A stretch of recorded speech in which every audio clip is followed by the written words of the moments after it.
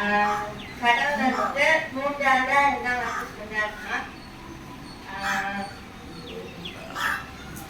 பெண்ணே இதோ உன் மகன் இதோ உண்டாய். யோவான் 19:26.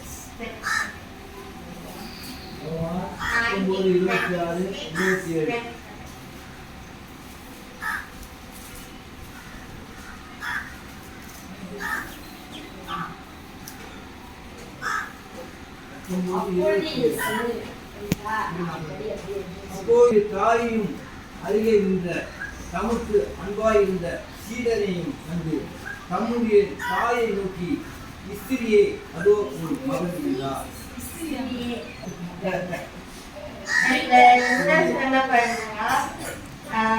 கடவுள் வந்து அவங்களோட தாயை வந்து பார்த்து சொல்றாரு, இதோ உன் மகனே, இதோ உன் தாய். ஏன் வந்து இந்த வார்த்தை சொல்றாங்கன்னு ஏதாவது ஐடியா இருக்கா?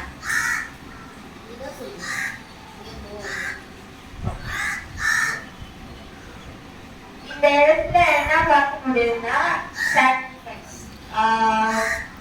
இது உலக பிரகாரமா சொல்லணும்னா நிறைய பேர் வந்து தங்களுடைய குடும்பத்தை விட்டு வரமாட்டாங்க, நிறைய ப்ரையாரிட்டிஸ் பண்ணுவாங்க.